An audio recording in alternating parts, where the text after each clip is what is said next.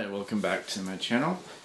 Today what we're going to be reviewing is another game, a game that I thoroughly enjoy, but this is a game that also sort of flew under the radar, and if you notice, this sort of the theme of my channel is talking about these games that aren't quite active anymore, but are definitely worth our time and worth the attention. So I hope you guys enjoy this video, and I hope you pick it up. But what we're talking about today, what we're looking at today is AEG's Spycraft. So the AEG Spycraft CCG. I'll admit I wasn't someone who got into the game right away when it came out. It was about maybe a second or maybe third set that I became aware of the game and I got into it. But the game highlights and showcases a really cool spycraft, a spy espionage feel and flavor, and a really cool spy espionage world that you're engaging in, and literally that is the theme of the game, and it's incredible. So you have cards, certain cards that you'll have face down that you don't reveal until you use it. You'll hold characters back until you actually put them in the field to go for a mission. And then you'll exchange using skills with really cool spy gadgets and gear, and trying to outdrive, outsmart, outspy your opponent to get these points. And the first one, 25 points, wins. So it's an incredibly fun game. And amazingly, this game, unlike some of the other games I reviewed, especially the Star Trek and Star Wars, unlike those games, Spycraft always maintained to be actually a very simple game. It rarely came out with more cards. It didn't come out with any new card types ever in any of the sets. They all remained the same. They were all 4 card types, and that was it.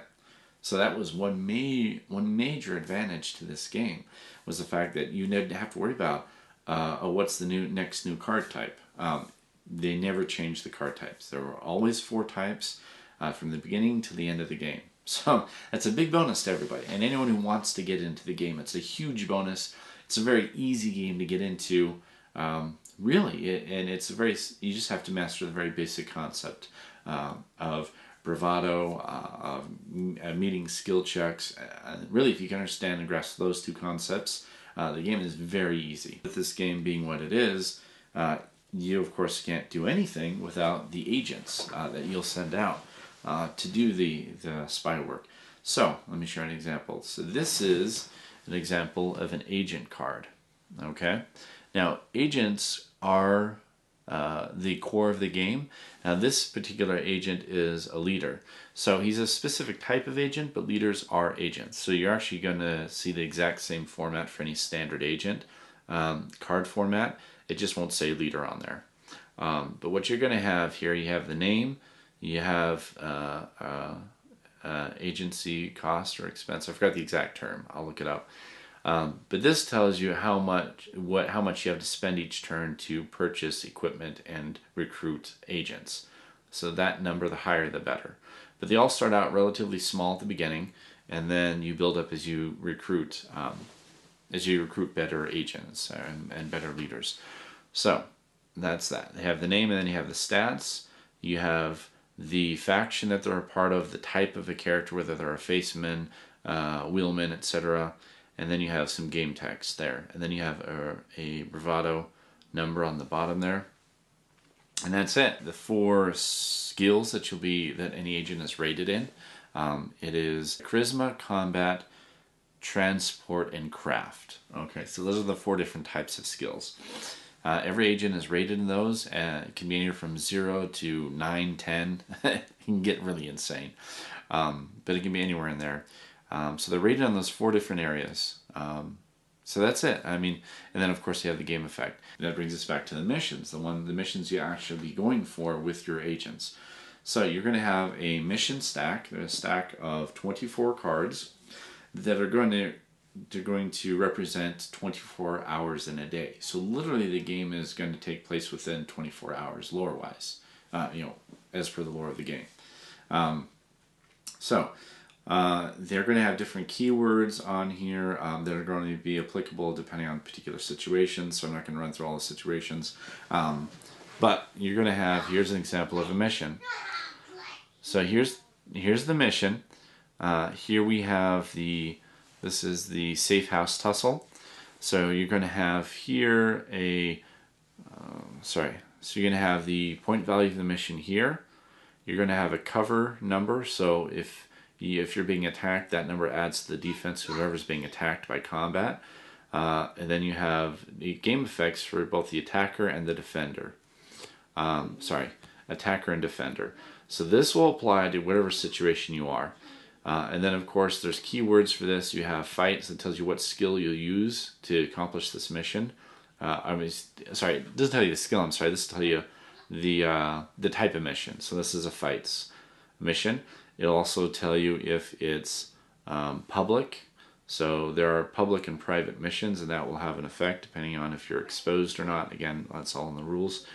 And then last year, this will actually tell you the skill you need. So this tells you it's combat, and it needs to be +5. So you need to have combat, the combat of 5 or more greater than the opposing agents, and that's tells you exactly what you need. Here is a copy of a gear card, and here's an example. So this is going to have a name. It's going to have keywords, whether it's a vehicle. Whether it's a vehicle, auto, boat, gadget, and tell you wheelman only. So you have to have a wheelman to use this. And then it has game effects right there, game text. And this will also have areas here where it might give you a bonus to a stat. So this, whoever's carrying this equipment, would actually get a +3, as you can see here, a +3 to their transport skill. Okay, and this is the cost. So this is the agency resource cost. So you have to spend that many points to be able to use it. And then of course a bravado number on the bottom here. So that's an example of a gadget. You'll equip those to characters, to spies, to your agents, is the term. You'll equip those to your agents and use those, and they'll have different effects. One might be able to move, engage, do a wound, a number of different possibilities, just depending on what the gadget is. So here's an example of an action card. Okay, it's going to have the game text, the name, and again bravado on the bottom. These don't ever have a cost. You see there's no cost on the top. So these are always free to play. There's no cost. And the actions can be either momentary actions. So think of them as interrupts. Is the same with the other two properties I reviewed. Or a flash effect from Mana Mayhem. It's the same idea. You play the card for an effect, it's momentary, resolve the effect, discard the card. Now there are some actions that are permanent, so ones that will remain in play or attached to a location, to a mission, or to a character. Those will say, they will indicate on the card if that's what you do. But that's the card type actions. The two main things that make it stand out is the idea of having things, items, agents, and gadgets concealed until you actually reveal them to use them. So you literally can stack a bunch of things face down on characters, get into a fight with some other opposing agents, and then reveal all of a sudden that you have this, this, and this, and completely change the tide of that mission. And literally throw your opponent for a loop, and he's like going, "What the hell?" It really is amazing. So that really added to that spy feel, to the espionage feel of the game, as that whole hidden until revealed aspect on things. The other aspect is the bravado aspect. So in this game, you'll try to meet certain skill numbers to perform a skill check to perform an action, or you'll need to pay to recruit something, to bring something into play. Bravado, which almost every card provides, is a number you can be afforded in that given turn if you discard the card with the bravado. So for example, if I had a card with a bravado of 5, which is really good, if you have a card that has a bravado of 5, and let's say you're trying to meet a skill check, and let's say you need to get a transport +6, and you're 5 or less short. Let's say you're off by 5. Let's say, for example, you can discard that bravado card to get 5 points that you would add to your skill check. So you would then make the skill check and complete the mission. So that's an example of using it to meet skills, which is incredibly useful. The other is, again, meeting costs. So let's say you're trying to recruit something that costs 9 and you only have 4 resources that you can spend that turn. Well, guess what? You discard the card that has the 5 bravado and you have 5 points that you now can spend towards the item, and you get to then bring in a card that normally you wouldn't be able to that turn with the bravado. I do feel that the game didn't last as long as it did, not because of gameplay, because the game, like I said, is incredibly simple but very in-depth on strategy and very fun and very much an espionage feel. I think what it was simply that the genre was a very niche genre. So not everyone's going to be into this type of a genre. Not everybody's into spies and espionage as a real genre to get into. Not everyone likes those things. And here's one thing where it's funny that I'm saying this, but I think it is true.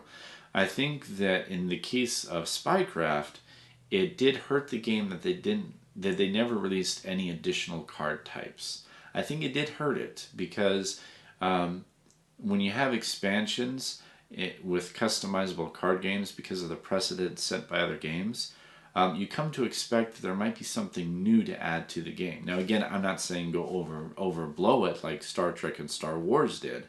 They really went overboard on that. What I'm saying is maybe 1 or 2 additional card types. That's simple. Maybe 1, maybe 2 more additional card types to maybe change up things a little bit. To make it a little more interesting for those people who are still with the game. But overall, I love the game. This game, it's not as easy to pick up anymore. You can maybe find boxes of boosters, maybe some starters if you look really hard. But if you can get a hold of it, then I would encourage, because it's worth it. It's worth the time and the money and the investment, because it's a very engaging and fun experience. So, and that's it. That's my review for Spycraft. Again, I hope you enjoyed this, and I will be, again, reviewing more games through and have more playthroughs as we go on. So, appreciate your viewership, and again, this is Buck with the review.